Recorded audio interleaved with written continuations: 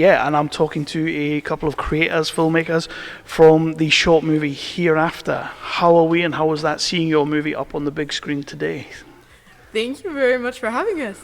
It was great. It was wonderful to see it on screen. Max had been to a bunch of the showings, but this was my first one, so it was really nice to see it on the big Really? screen. Yeah. Well, you're in a bit of an elite stage right now, because the cinema, I don't know if you've heard, but obviously the premiere closed, and it's going to be the Lumiere. The guys that run the festival have done that, so it's this is our first features and shorts kind of getting shown up on the screen, so it's really cool, and we're glad to have your short up there as well. Tell us a little bit about who we are and what we did on this project.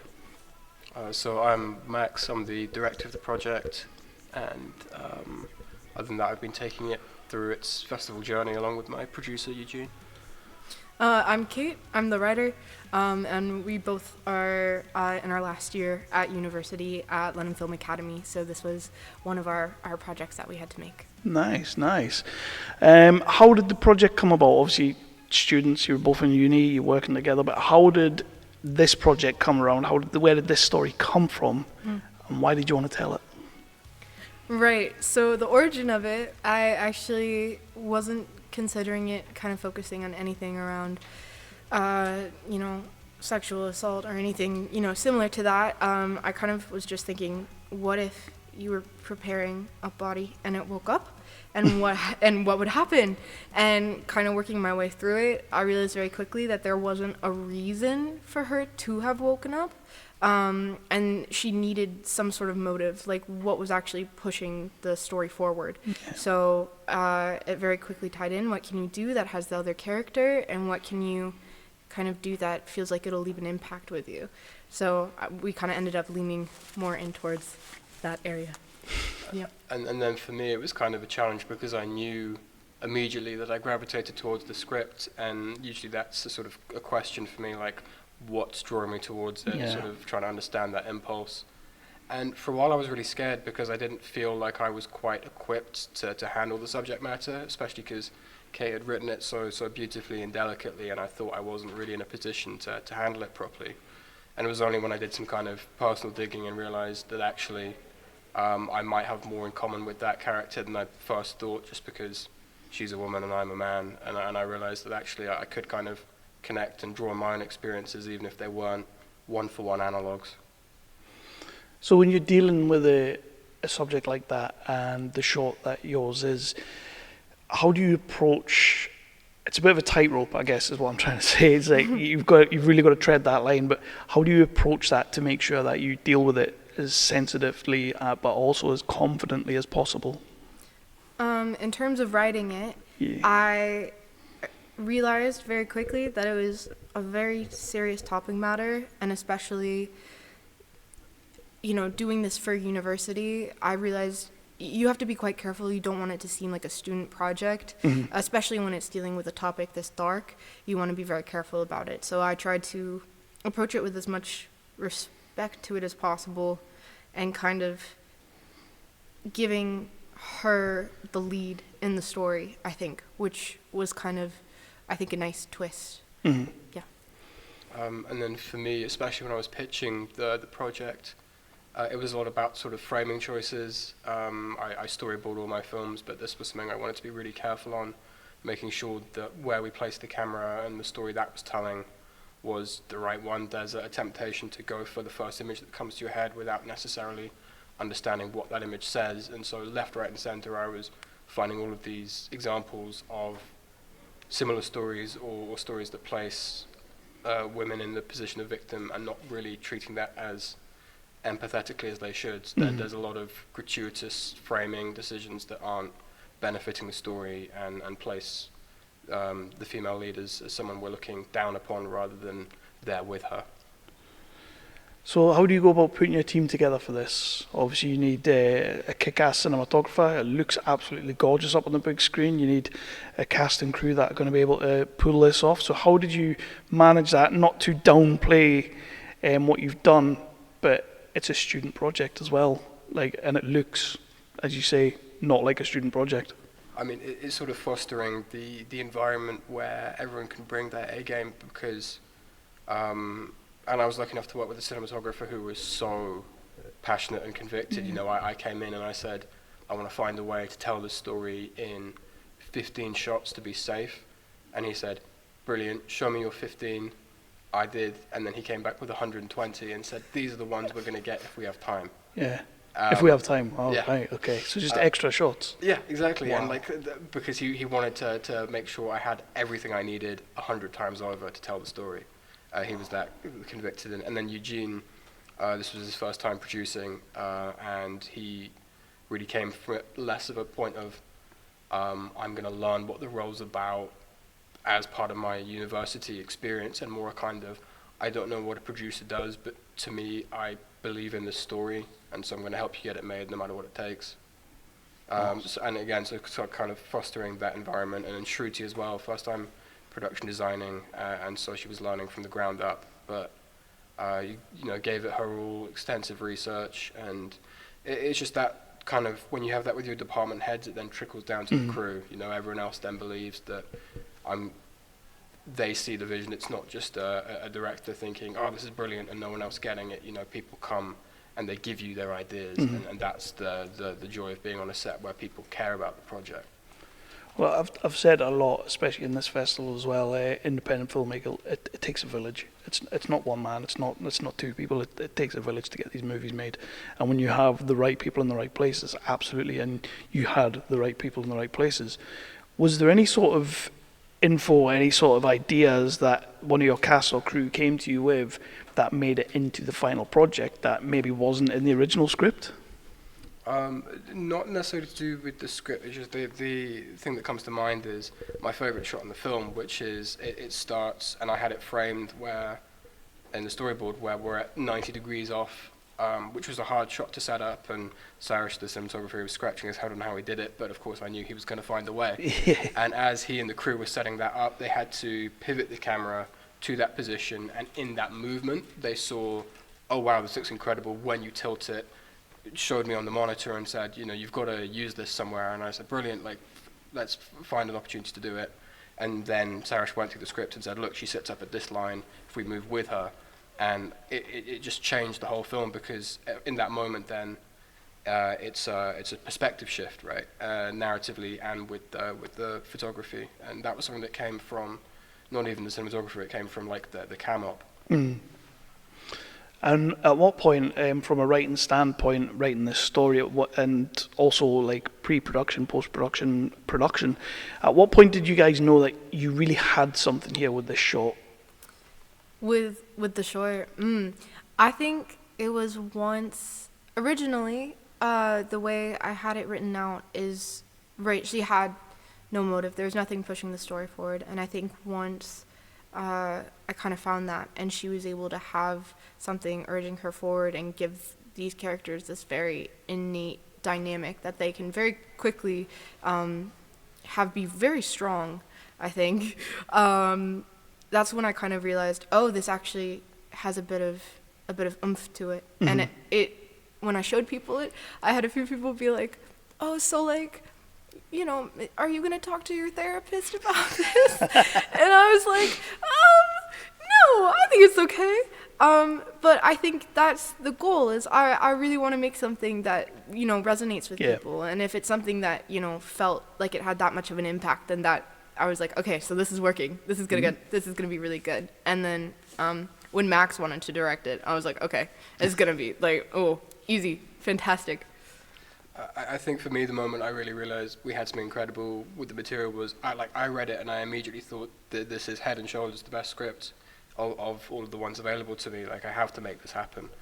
But at the time, it was just me sort of seeing that. And then when we got to casting, that's when I realized we had so many applications for student film, so many people were interested in it, and they all came in when they were coming in for auditions, and they said, you know, I asked them, you know, this is a student project, and I don't want to downplay it, but this, you know, you could probably find better jobs elsewhere.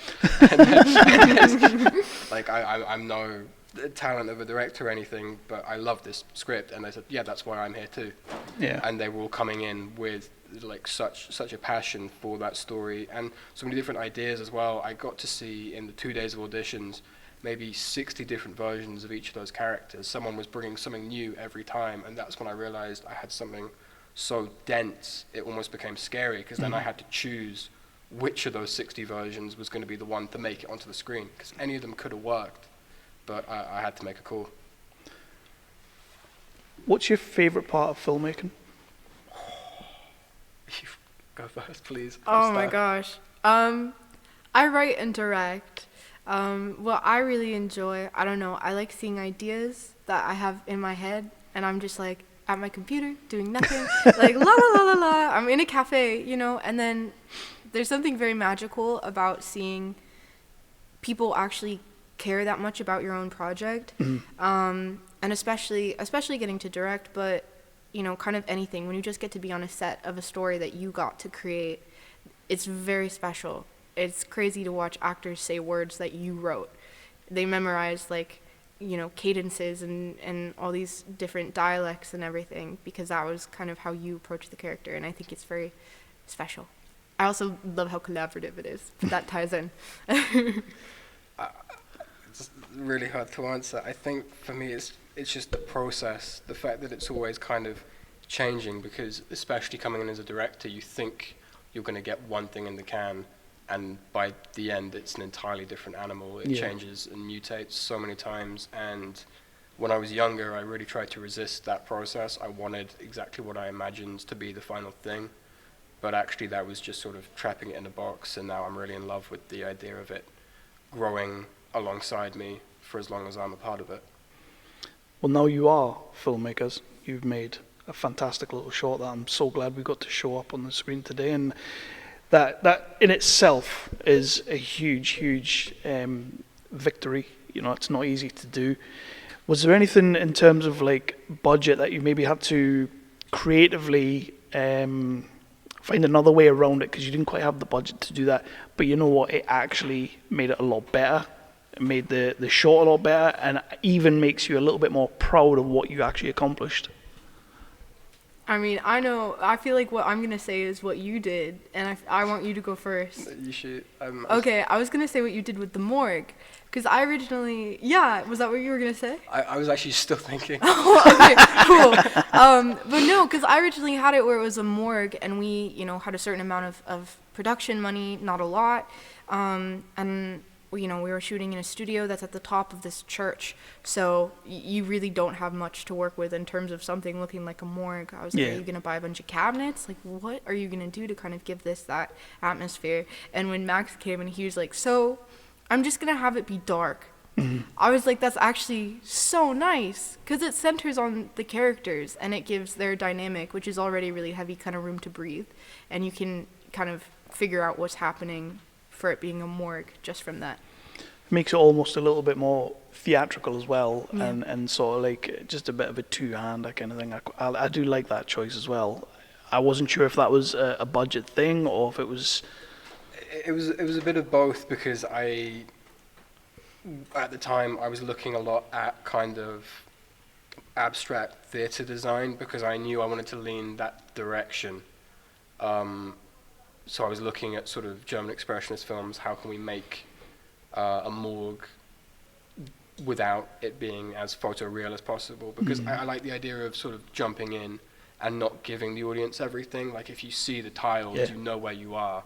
I wanted to sort of delay that release of information, make it more of a 2 and 2 than a 4. Yeah. And the more I looked at that, the more I realized how much I could strip away and still keep kind of the integrity there, and it became less about the place and more about the characters almost being between places. Love that. That really got me there, by the way. Is there any plans or any ideas to maybe embellish this story a little bit? Maybe like another section of this story, maybe turn it a little bit feature-ish, long-form short? Yeah, I mean, I've had a few people ask me about that. I've been considering it. I originally wrote it with the idea of it kind of being the start of a show. And I thought it would be very interesting, but I haven't explored it much further that way. I don't know. I'm trying to decide between show format and feature format. They both have their advantages and disadvantages to the story. you know, in a show you can really go into detail about what's happening. But that also is quite heavy, and it's a lot to, you know, process over quite a long time frame. A lot of therapy sessions. Oh my gosh. Oh my gosh. But yeah, I definitely want to come back to it. I'm really proud of it, and I think especially with Max having a hand on it, it'll definitely be treated very well, which is something I was worried about, because I was like, this is a sensitive topic. So I think, if Max is willing to work on it again, then we're good. I'd love to dive back in. I just Need a minute. I Take a breather. No, not even that. It's just I want to respect where the characters have already gone, and I know I don't have the toolkit to take them wherever they're going next. Kate knows them better than I do, and the actors know them better than I do. So I think for me, if there's another section of their journey that feels right to them, I will be on board 100%. Excellent, excellent. So is it safe to say, I know you're both doing film studies and whatnot, and you've now made this short, but is it safe to say you've truly caught the bug and you're going to be filmmakers forever? Yeah. Yeah. I think I was born with the bug. For real. I like that. Yeah. Is there any one project, like back in the day, like when you were kind of coming up and all this, that you saw on the big screen and that's why you wanted to be a filmmaker? Like, what is it that makes you want to be involved in this industry? Because it's hard and mad. Yeah. Do you want to go first, or should I? Have you got something? Yeah. Go. Okay. All right. Cool. Lord of the Rings. Wow. I adore it. I grew up on it. My dad showed it to me when I was a little kid. I started getting books on, you know, what the filmmaking process was like. And then The Hobbit came out, and Peter Jackson released all those vlogs showing behind the scenes. Yeah. And just watching that was so cool, because I was like, oh my gosh, these people are actually putting together this world. And it isn't something, it is still very magical, but it's nice seeing that you can be someone who puts it together. And I think that's really nice. So definitely Lord of the Rings for me. I think for me, I'd always loved film, but I didn't know quite what I wanted to do with it, or what made it special to me, until I saw Parasite in theaters for the first time. And I went 4 times in a week to see it with different people every time, because just the kind of wave of emotions and the craftsmanship there, it kind of reminded me how you're curating an experience, and for a filmmaker who's really sensitive to that, who really understands the trust the audience is putting in them, how rewarding an experience that can be when you return the audience's trust with trust back into them. So with that in mind, obviously we've shown Hereafter today, and you'll have shown it other places, and you'll have shown it to friends and family and whatnot. I'm guessing everybody's seen it at this point. What is the most rewarding thing you've had said back to you in terms of feedback, or a reaction that you've had within an audience when watching it, or with friends and family? What's been that gratifying response you've had that is like, yeah, we smashed that? For me, it's been when people are split down the middle, or a little bit confused, maybe even angry, because I've had screenings where people have sort of asked me immediately afterwards, or, you know, when I've been up at a Q&A or whatever, and they've been sort of probing, looking for closure, going like, but what did he do? Yeah. And I'm thinking, I don't want to tell you. I Yeah. say it in the film. And It's not the point, is it? The fact that either that they want a definitive answer is great. You're being left with a question. There's this essay I was reading recently about how what Spielberg does is he gives you an answer. Yeah. And I don't think that's necessarily right. I want to be left with questions. I want to come out of a film and turn to the person I sat next to it with and talk to them about it afterwards. And we haven't got an answer, we have a discussion. And so when people are asking questions, even if they're angry questions, I kind of feel like I've done a good job. As long as they're talking. It's, you know, in the last Q&A that I just did there with the 1-star review guys, I did basically cheat a little bit, and I asked, you know, what scares you more, people not talking about your film or a 1-star review? And the answer was a 1-star review, because at least people are talking, and that's what you've got here. You know, less is more, show don't tell, and you've done a fantastic job with that. But in terms of a writing standpoint and people seeing it, what's the best response you've had? I mean, I think the therapy question was good. I really do, though, because I think it Are you in value. therapy? Are you going to go and do therapy? Oh, Oh, I'm already in therapy. That's the goal. Not a normal person couldn't make this. No, but I think I was just really touched that it had that much of an impact, and I did have people come to me that were like, so like I didn't quite what happened at the end, and I was like, that's almost kind of the horror of it is not knowing, and you're kind of forced to rely on your imagination, which is very often much worse than what actually happens. And I think that, you know, plays into a lot. It plays into a lot of sexual assault stories, but it also just kind of plays into storytelling, and kind of there's a reason, like, what's in the box, you know, what is it? And I think when people actually had questions about it, I was like, you care? Okay, great. Exactly. Fantastic. You've made people think, you've made people care. Yeah, absolutely. Yeah. Are there any other genres that you guys would like to tackle? Obviously, this is a nice dark story. It's a dark story. It's quite a serious film. It's a little bit of horror, a little bit of thriller, everything in there. Is there any other genre you'd love to tackle? I adore horror and I adore sci-fi. Those are like two kind of bread and butter. I tend to lean on the dark side as well. I think something about processing those macabre feelings and experiences in that form, it shines light on it in a way. If you can have it as sort of thought-provoking entertainment on the big screen, you can confront it more in your daily life than if it was kept behind a curtain. Yeah, I like that. Yeah. Sci-fi for me. We were talking about Alien for like a half hour before that. We were literally just sitting outside talking about Alien, and then like which one we prefer. But I think. Which one do you prefer? Okay, for me it's Aliens. And for me it's Alien. Yeah. I mean, both valid. I've got a really, really big soft spot for Alien 3. Really? I know it's not the most loved of the trilogy, or the whole franchise, in fact. But I kind of love it, and I'm a big Fincher fan as well, so that helps. But yeah. Yeah. We're talking about Romulus too. We really enjoyed that. Romulus was good. It was. I think the only issue I had was Ian Holm. I don't think he was needed. Like, no. Why? I've seen the behind the scenes, and the animatronic they built for that, I think, is much creepier than when they put what the they showed. CGI on it. Yeah. It's just like, I think if you're going to do, I don't like when they do, it's not that I don't like, I'm not a big fan of when they do that, like that de-aging, or somebody who has passed and they bring them back. Like, I hate that I don't hate that kind of thing, but I'm not keen on it. And in that film, it just didn't work. You can make De Niro look 30 again, but he's still going to move like he's 70. Exactly. It was the same with Harrison Ford in Dial of Destiny. Yeah. Like, he still sounded like an 80-year-old Harrison Ford. And it was like, this isn't working for me.